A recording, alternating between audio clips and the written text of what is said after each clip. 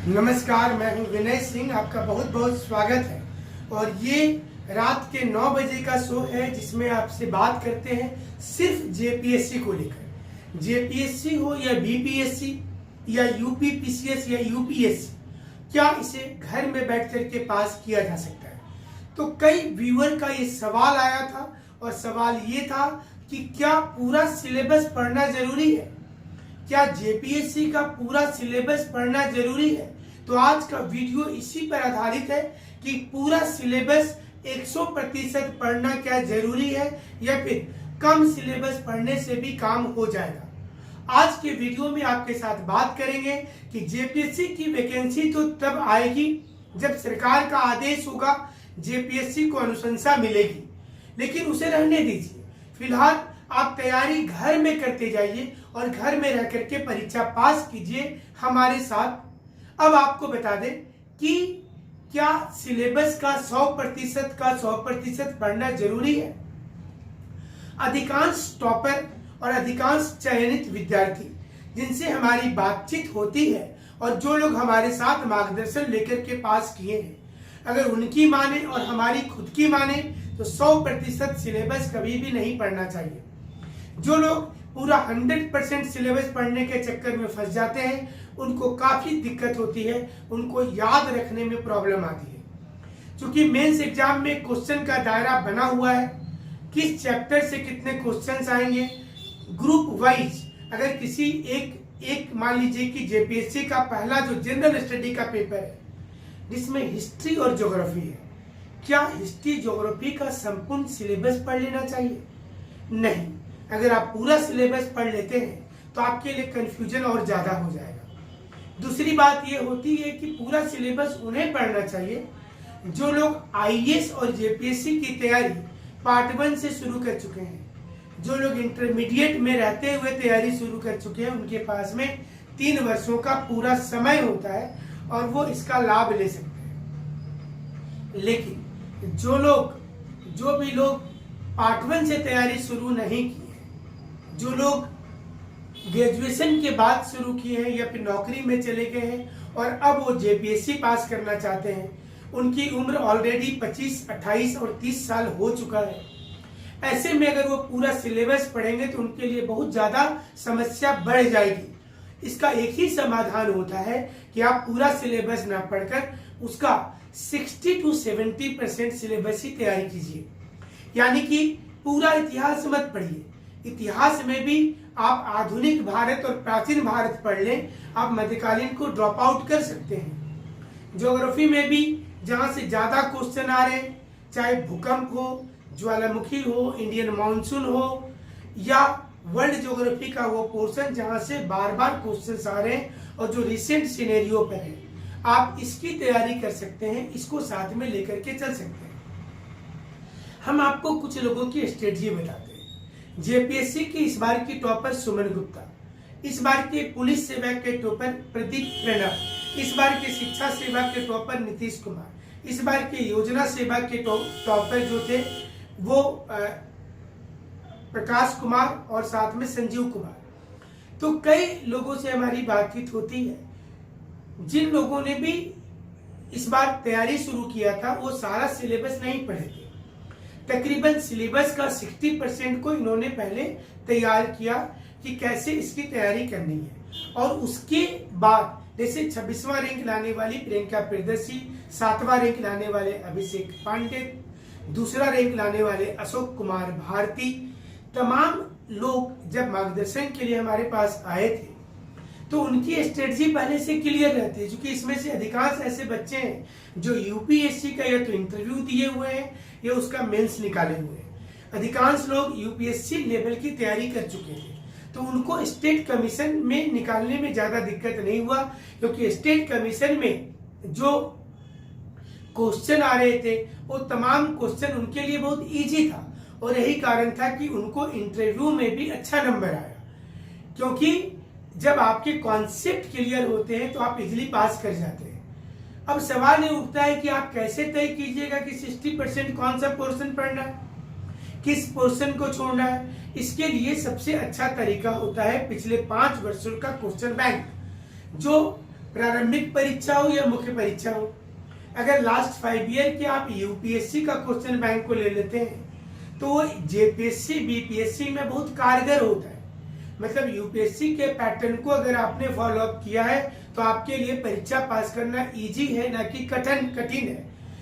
ये एक गलतफहमी है स्टूडेंट की कि अगर वो जेपीएससी की तैयारी कर रहे हैं तो उनको कम पढ़ना है, उनको दूसरी किताबें पढ़नी है। ऐसा कुछ नहीं है। आप भले ही आपकी उम्र बची है या नहीं बची है, आप यूपीएससी को अपना टारगेट रखे हैं या नहीं रखे हैं, लेकिन जब आप किसी स्टेट कमीशन में जा रहे हैं तो आपकी जो फाइटर होते हैं, जिनके साथ आपकी टॉप फाइटिंग होती है, जो एग्जाम में टक्कर होता है, वो बच्चे यूपीएससी वाले ही होते हैं।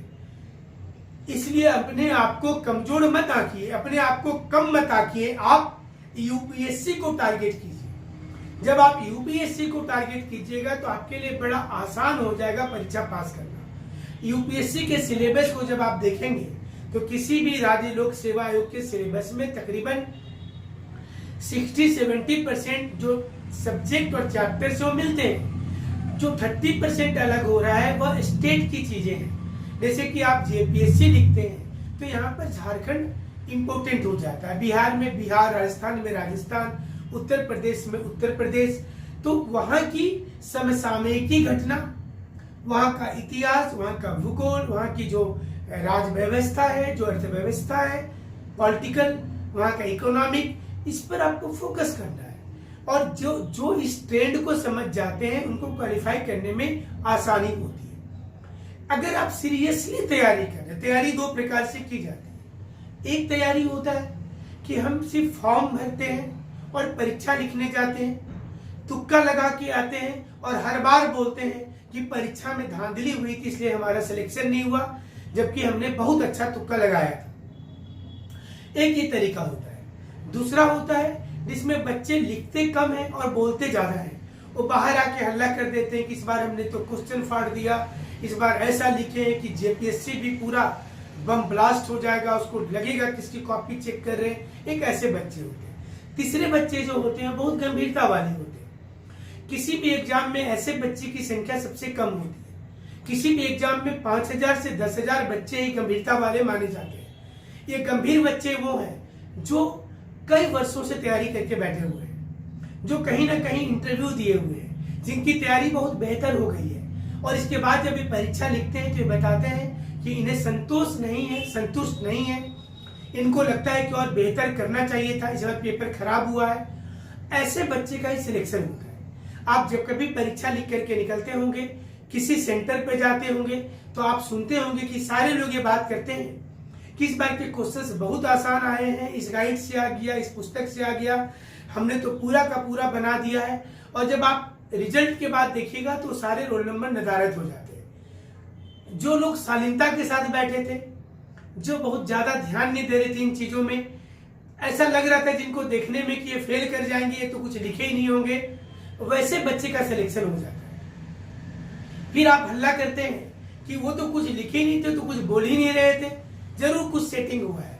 लेकिन गंभीर वाले बच्चे हल्ला नहीं करते। आपने कभी सुना है कि जो गंभीरता वाले, जो लोकसभा और विधानसभा का चुनाव जीतने वाले होते हैं, देखिएगा वो चुप रहते हैं, वो अपनी रणनीति बनाते हैं। लेकिन जो हारने वाले कैंडिडेट हैं, जिनको पता है कि उनको 10 वोट भी नहीं आएगा, वो मतगणना के दिन तक बोलते रहते हैं कि वो जीतेंगे, फिर बाद में वो कहाँ चले जाते हैं उनको भी नहीं पता रहता है। इसी प्रकार से तैयारी होती है। जब आपने जेपीएससी को टारगेट किया है तो अब आप देखिए, भारत का एक दुर्भाग्य है कि आप जेपीएससी की तैयारी कर रहे हैं लेकिन आप गाइड, पुस्तक ये पूछते हैं किताब दुकान वाले से, आपको ये आइडिया नहीं है। और यूट्यूब में तो ये हालत है कि जो इसके बारे जानता ही नहीं है, कोई कुछ भी लिख दिया, किसी ने कुछ भी किताब का नाम बता दिया, लेकिन आप उसको सीरियसली ले लेते हैं, उन किताबों को खरीद लेते हैं, लेकिन बाद में आप उनके ऊपर केस करने नहीं जाते, बाद में आप उन्हें बताने नहीं जाते कि हम आप पे चलते किताब खरीद लिए थे तो दिक्कत आई थी। लेकिन आप अधिकांश टॉपर्स के इंटरव्यू में देखिएगा तो एनसीईआरटी की बात सारे लोग करते हैं। चूंकि प्रभात खबर के काउंसलर हम कई वर्ष से हैं, रेडियो में हमारी प्रोग्राम कई वर्षों से जाती है, हम लोग हमेशा सिर्फ और सिर्फ एनसीईआरटी पे करते हैं। डॉक्टर दो प्रकार के होते हैं। एक होता है जो बहुत सारी दवाइयां खिला देता है, दुनिया भर के टेस्ट लिख देता है, जो बीमार नहीं भी है वो भी बीमार पड़ जाता है। एक होते हैं कि जो कम पैसे की दवाई लिखते हैं, आपको सही डायरेक्शन देते हैं, आपको हेल्थ की बात करते हैं, लेकिन आप शुरू में उनके ऊपर संतुष्ट नहीं होते। आपको लगता है कि इनको और ज्यादा हमारा चेक करवाना चाहिए था, लेकिन कभी कभी बहुत ज्यादा चेक, बहुत ज्यादा टेस्ट से भी पेशेंट मर जाते हैं। किताब भी इसी टेस्ट के जैसा है। अगर आप बहुत ज्यादा पुस्तक का भंडार पढ़ेंगे तो आपके लिए दिक्कत आ जाएगी। आपको लगेगा कि आप परीक्षा पास तो कर सकते थे, लेकिन किसी कारण से आपको इस बार दिक्कत हो गई है। ये दिक्कत आपको हमेशा होगी। इसलिए हमारा सलाह होगा कि आप सबसे पहला काम कीजिए, एनसीईआरटी जरूर पढ़िए। एनसीईआरटी में जितनी चीज दी हुई है उतना किसी गाइड में, किसी पुस्तक में नहीं होता है। अब आपको ये बता दें कि जितने भी पुस्तक विक्रेता होते हैं उन्हें बड़ी बड़ी कंपनी कमीशन देती है।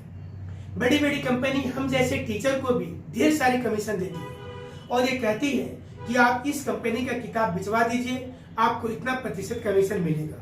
यही कारण है कि जब कोई बच्चा कुछ पूछता है तो टीचर नामी गिरामी कंपनी की किताबों का नाम बता देते हैं, गाइड का नाम बता देते हैं, और बच्चा उतना ज्यादा दवाई खा लेता है जितना जरूरत नहीं था। आप हमारी किसी भी वीडियो में सुनिएगा, हमारे पास भी ढेर सारे कंपनी के लोग आते हैं, बहुत सी बातें करते हैं, लेकिन हम हमेशा स्टूडेंट्स के हित के बारे में सोचते हैं। हमने हमेशा अपने वीडियो में कहा है कि आपको कभी कोई किताब नहीं पढ़नी चाहिए एनसीईआरटी को छोड़ करके। अगर आप एनसीईआरटी पढ़ लेते हैं और उसके बाद रेफरेंस के लिए एक एक किताब का नाम आपको सिर्फ बताएंगे, चाहे आप कॉन्स्टिट्यूशन पढ़ रहे हैं तो सिर्फ एक किताब को खरीद लीजिए, आइदर डीडी बसु या सुभाष कश्यप की किताब या लक्ष्मीकांत की किताब। इसके अलावा भी बहुत सी किताबें, हमारी नजर में सारी किताब अच्छे होते हैं। आप इसी प्रकार से इतिहास में किताब होती हैं, इकोनॉमिक्स में होती हैं, ज्योग्राफी में होती है। ज्योग्राफी में गोपाल सिंह की किताब काफी अच्छा है, डीएन वाडिया की किताब बहुत अच्छा है, आरएल टिक्का की किताब अच्छा है, या सीबी मेमोरिया की भी किताब अच्छा है। अभी हाल में हुसैन जी की किताब अच्छी है। तमाम किताब ठीक है, लेकिन सवाल ये उठता है कि उन किताबों को आप कितना अपने साथ रखते हैं। इसलिए आपके पास छोटी ही पुस्तक हो, आपको याद जरूर होना चाहिए। अगर आप चीजों को याद नहीं करते हैं तो ये आपको नुकसानदेह होगा। सिर्फ आप किताब खरीदेंगे, अपने लाइब्रेरी में सजा देंगे, किताबें सिर्फ देखने के लिए होंगी, लेकिन उसे पढ़ेगा कोई और, आपको याद नहीं होगा। इसलिए बोला जाता है कि अगर आप युद्ध में जा रहे हैं तो एक हथियार बेहतर तो होना चाहिए। एक जमाना ये था कि पुलिस के बारे में लोग कहते थे कि ये हथियार पता नहीं कभी चलेगा कि नहीं चलेगा, लेकिन वहां से निकल करके राफेल का युग आ गया। आपको भी स्मार्ट बनना है, और इसका मतलब ये होता है कि आप जो भी चीज पढ़ते हैं किताबों में उसे लिखिए जरूर। आप अपने जब नोट्स बनाते हैं उसको लिखिएगा जरूर, क्वेश्चन बैंक जरूर रखिएगा। स्टडी मटेरियल जब आप लेते हैं तो क्वेश्चन बैंक जरूर लीजिएगा। क्वेश्चन बैंक के साथ साथ आपके पास सिलेबस होना चाहिए। आप एक बार अगर एनसीईआरटी पढ़ लिए हैं उसके बाद आप सिलेबस को छांटिए, आप देखिए कि कहां से क्वेश्चन पूछा ही नहीं जाता है। अगर जहां से क्वेश्चन नहीं पूछा जाता है या फिर 5 वर्षों में एक बार पूछा गया है, उन चीजों को हटा दीजिए। जहां से प्रॉपर वे में क्वेश्चन पूछा जा रहा है उसको टारगेट कीजिए। घर में आप क्वेश्चन का प्रैक्टिस जरूर कीजिए, चाहे आप खुद से चेक कर लें या जो आपके गाइड है, जिनके ऊपर आपका भरोसा है, उनसे चेक करवा लीजिए, लेकिन प्रैक्टिस जरूर कीजिए। जितना बार लिखिएगा उतना बेहतर होगा। लेकिन एक मोटी कॉपी जरूर बनाइए अलग अलग सब्जेक्ट वाइज, जिसमें आप नोट्स बनाते समय देखिएगा और नई चीजों को शामिल कीजिएगा। जो भी बच्चे सेलेक्ट हुए हैं, जिनकी वीडियो हमारे प्लेलिस्ट में दी हुई है, उनके अनुसार चलिए। तैयारी में हमने देखा है कि दिल्ली में जो लोग तैयारी करते हैं, जो बच्चे करते हैं, दिल्ली में भी जितने भी रिनॉन्ड संस्थान उसमें हमारी क्लासेस चलती है। लेकिन हम आपको ये बता दें कि वहां भी किताब के मायाजाल में बहुत से बच्चे फंस जाते हैं। लेकिन कुछ बच्चे ऐसे होते हैं जो ये देखते हैं कि अगर नोट्स अच्छा है तो फिर वो उस चैप्टर का खरीद लेते हैं। ये विचारधारा को चेंज करना होगा।